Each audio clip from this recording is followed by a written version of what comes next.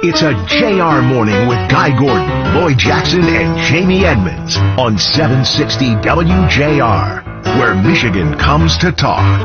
This presidential campaign is unique in that we've never before seen two candidates this old vying for the top office in the nation. But there's something else that these two gentlemen have in common. Neither one wants to talk to reporters or conventional media who act as surrogates on behalf of the voting public. They won't come on shows like this one where you're going to ask questions that maybe friendlier folks wouldn't ask. Mm-hmm. So what is the impact of that if you're trying to get more information on their policy positions that will directly affect you? Axios lead publisher Mike Allen calling this the safe space election, where neither Biden nor Trump want to get out of their little silos and talk only to the friendly media people. Watching this with interest along with us is David Dulio. He's professor of political science and director of the Center for Civic Engagement at Oakland University. David, hello. Good morning, Guy. Thanks for having me. You know, there are some traditions, and maybe these traditions die with time, like you sit down with the bureau chief of the New York Times or the Washington Post or the Wall Street Journal, and we know that both parties have their favorite publications, but at least you sit down with someone that's going to push you. Why is that not happening with these two candidates? Well, I think I think there are reasons specific to both candidates, but on a broader level, I think that this really is indicative of the sort of media landscape that we're in as a culture today, where not only Biden and Trump are maybe seeking, let's say, friendly sources or friendly interviewers, but so to a large swath of the public is doing the same thing, right? Where there's such great segmentation in the media today, where one can find a source that frankly confirms what people already think, and there's a great attraction to that, right? A few people want to be challenged in their beliefs, but the question is that a good thing? I think the presidential candidates are engaging in a long held strategy of campaigners, which is to try to control the message, right? So Biden is going to sources that will, throw him some softballs and let him control the message of his campaign and really speak more to his base. I wonder if Trump's doing the same thing, or if there might be something else at play there too. So Dave, how does that help me as the voter if I don't know which one I want to deal with, and I'm looking at Trump on Fox, and Fox is not asking the questions that I would ask of him, and then the same thing, Biden's being asked a question from MSNBC that I wouldn't necessarily ask him. How do I get the information I need to make a decision? Well, Lloyd, that's a great question, and I think that your first one, let's start there, right? Is how does it help the voter? It doesn't, right? I mean, it doesn't at all. The candidates are able to control the process and many of the processes by which voters get information about their candidacies. They whether it's through advertisements, television, digital, whatever it might be, right? Those are tightly controlled and engineered messages.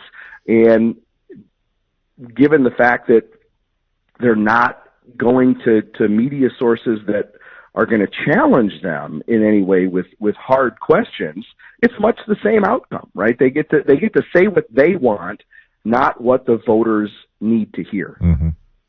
So possibly they could debate. I mean, but President Trump didn't want to debate in the primary process, but now all of a sudden he does. There's a new sign that goes on his lectern for every one of his rallies, and it says, anywhere, anytime.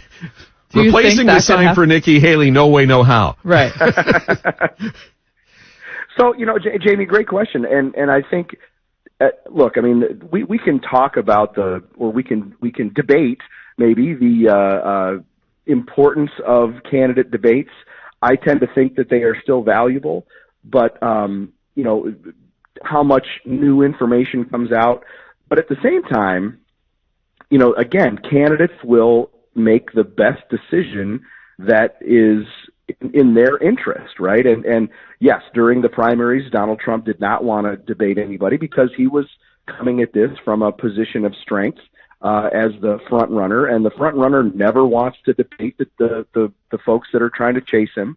And that changes now, where not necessarily in a very tight race against somebody like Joe Biden, who I think Donald Trump would relish the chance to be on the same debate stage as President Biden, maybe in hopes that the sitting president would stumble on an answer or make some sort of gaffe, which he has been prone to do. Let's be honest about it.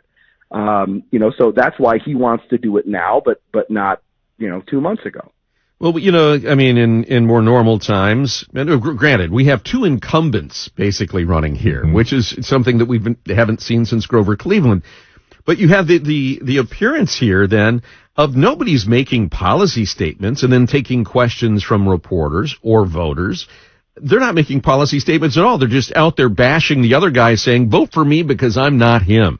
So we really don't have a very clear picture of what the agenda is from either side for a second term.